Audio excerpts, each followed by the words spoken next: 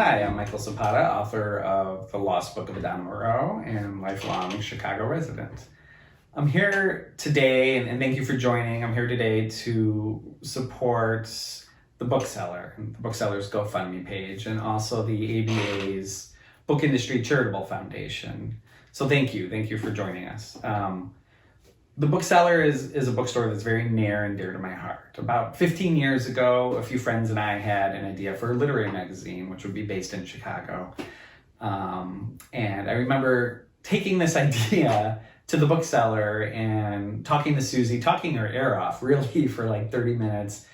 And she graciously and elegantly listened to the idea for this literary magazine and was the very first person in Chicago to offer to sell it, and also help contribute to start it. So since then, the bookseller has remained near and dear to my heart. It's always been a neighborhood bookstore. It's now a place 15 years later that I take my two sons and my family. So thank you, Susie. Very few people in Chicago might recognize what this is, but this is just the first cover from the first issue of Make. So the magazine is still around, and it's since become a non-for-profit where we do international and national events. So always the bookseller is very near and dear to my heart.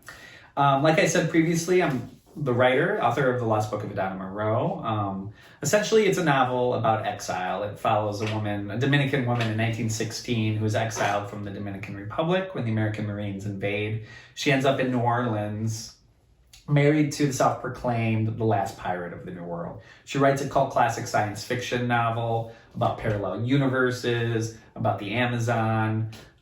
She does write a sequel, and she passes away before completing the sequel and actually destroys it. The novel itself becomes a literary mystery when, in the year 2004, a hotel concierge, an exile himself from Israel, finds in his grandfather's belongings a 900-page novel written by Adana Moreau that was the sequel. So you can definitely pick up the copy at the bookseller, and I believe they do have signed copies. So thank you for that consideration. I'm going to introduce you a little bit to my working space. This is my desk. Obviously, it's a lot more flustered working at home with family. My wife's an artist, working at home as well, and having two young children around. But for the most part, this is where I'm doing most of my work.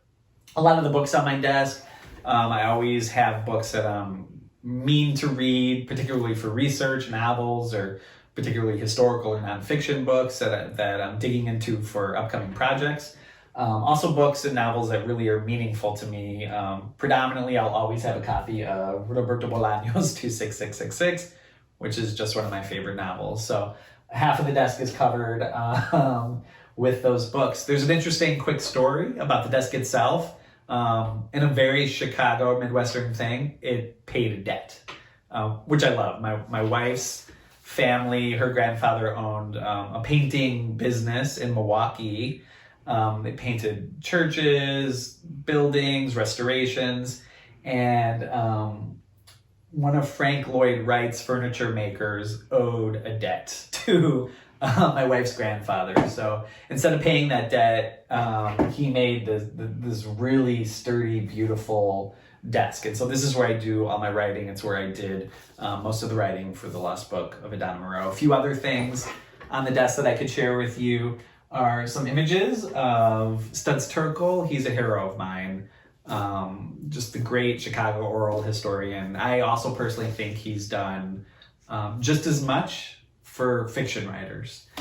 Just a really wonderful hero of mine. So this is where writing happens. And just overall want to say again, thank you so much for this invitation to just share my story about the bookseller, about my writing space. And again, please consider donating to the bookseller.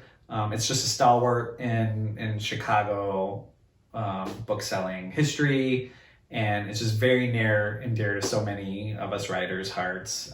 So thank you so much.